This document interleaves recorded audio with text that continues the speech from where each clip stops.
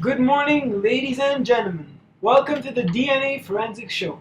Today, we are welcoming Noor, forensic scientist from the University of Harvard, and exoneree Bennett Barbour. I am your host, forensic expert Raymond, and thank you very much for tuning in. Noor, what do you have to tell us today? Today I will explain the steps of restriction fragment length polymorphism. The first step is to gather evidence from the crime scene.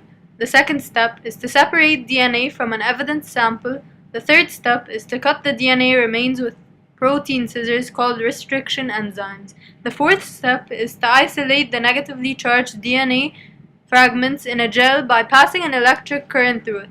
The fifth step is to transfer the DNA fragments from the gel to a sheet of membrane. The sixth step is to probe the membrane with DNA fragments that complement the DNA sequence of the fragments of interest. The seventh step is to compare the fragment profile of evidence DNA with those of the suspect. Detective and victim will see if they match. And the last step is to reprobe the membrane up to 10 times to identify different fragments. If the profile from the evidence DNA and the suspect match multiple times. This picture shows an example of the effect of gel electrophoresis, and this is an example of inheritance of RFLP marks. It shows the genotypes of the parents, and then we can decide who the parent is. Thank you very much, Noor. We will now get a brief interview of an exoneree that was exonerated from prison because of a DNA forensic analysis technology advancement. Mr. Bennett, how and why were you convicted?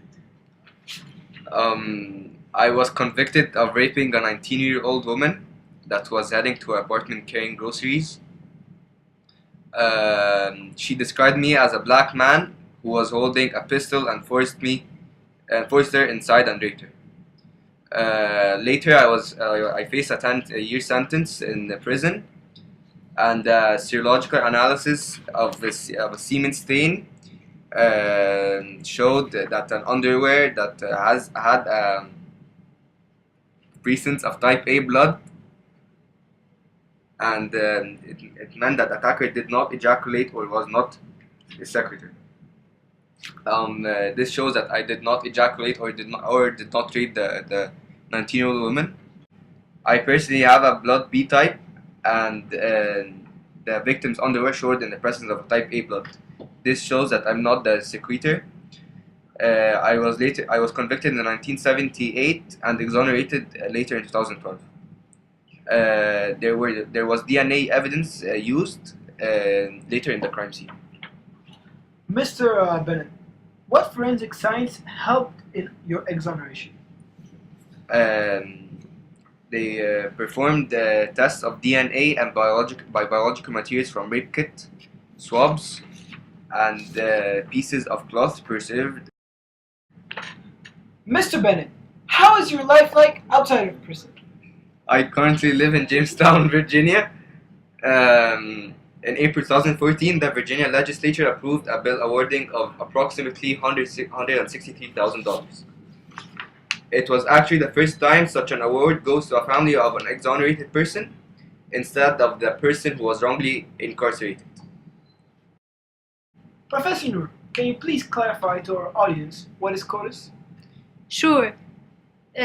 First of all, the purpose of CODIS is to help solve crimes. Another purpose is to create a national information repository where law enforcement professionals can exchange DNA information. The purpose of the database is to generate investigative leads by identifying the suspect and the perpetrator. About who created CODIS? Well, the answer is the FBI, and they created it in 1990. The function of CODIS is to analyze restriction fragment length polymorphism and short tandem repeat profiles and their storage in researchable database. How successful is CODIS? CODIS is currently a very successful database. The success is measured by the crimes it helps to solve. CODIS is very successful because it created 252,272 hints that helped solve many crimes. However, there are some risks involved using CODIS. And that is the usage of an exceedingly high analytical threshold increases the risk of allelic data loss, which is of usage, which is of potential exclusionary value. The practice has the danger of expanding the database to those who aren't supposed to have access to it. There is a risk that highly personal and sensitive information will fall into the wrong hands, leading a loss of privacy and genetic discrimination. Thank you very much, Professor Noor. This was eye-opening. Let me now enlighten you about STR. STR stands for short tandem repeats. The human genome is full of repeated DNA sequences. These repeated sequences come in various sizes and are classified according to the length of the core repeat units. The number of repeat units and or the overall length of the repeated region. DNA regions with short repeat units, usually 2 to 6 BP in length, are called short tandem repeats, STR. STRs are found surrounding the chromosomal centromere, the structural center of the chromosome. STRs have proven to have several benefits that make them especially suitable for human identification.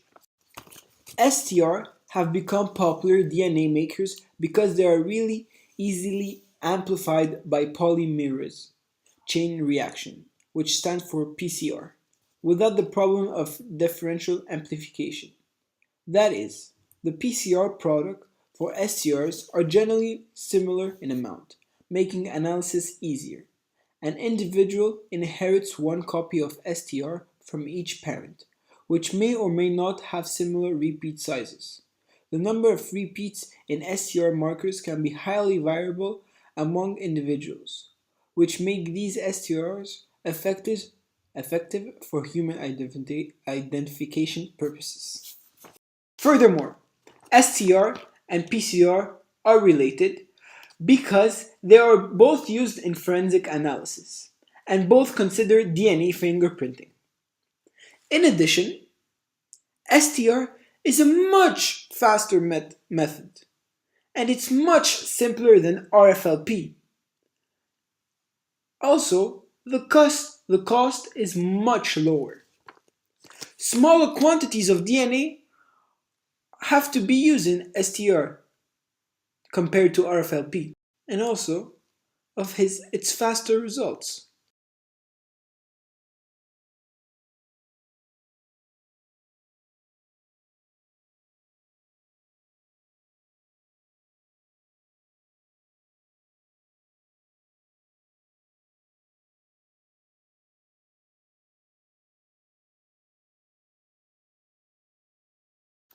Thank you very much, Professor Noor. Thank you very much, Mr. Bennett. So, after this emotional interview with Mr. Bennett, I personally think that having this DNA forensic technology is amazing because one, it fixes the biggest flaw in our justice system, the flaw of convicting someone who did not commit the crime. When we do this in our justice system, we punish somebody that didn't do anything. But now, with this DNA technology, we can now exonerate and actually we could get the real suspect. This is very important because this gives us the opportunity to be more precise and have less mistakes in the justice system. Secondly, having a CODIS database of all of our DNA is not bad, even though it could breach our integrity, it could breach our personal lives, but still, we get the real suspects. This is the most important thing. And I think that this DNA forensic technology has advanced a lot throughout the years, and now we could prove with this DNA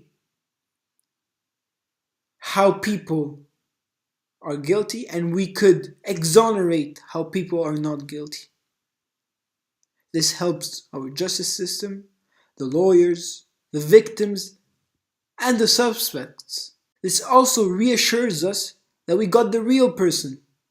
We didn't do a mistake. In the time, people didn't know if they did a mistake when they had convicted someone or not. But now we are sure. We are sure. Thank you very much for tuning in, and a massive thank you to Professor Noor and our exoneree Bennett Barbour. Tune in tomorrow for an interview of our guest judge, Her Honor, Judge Judy.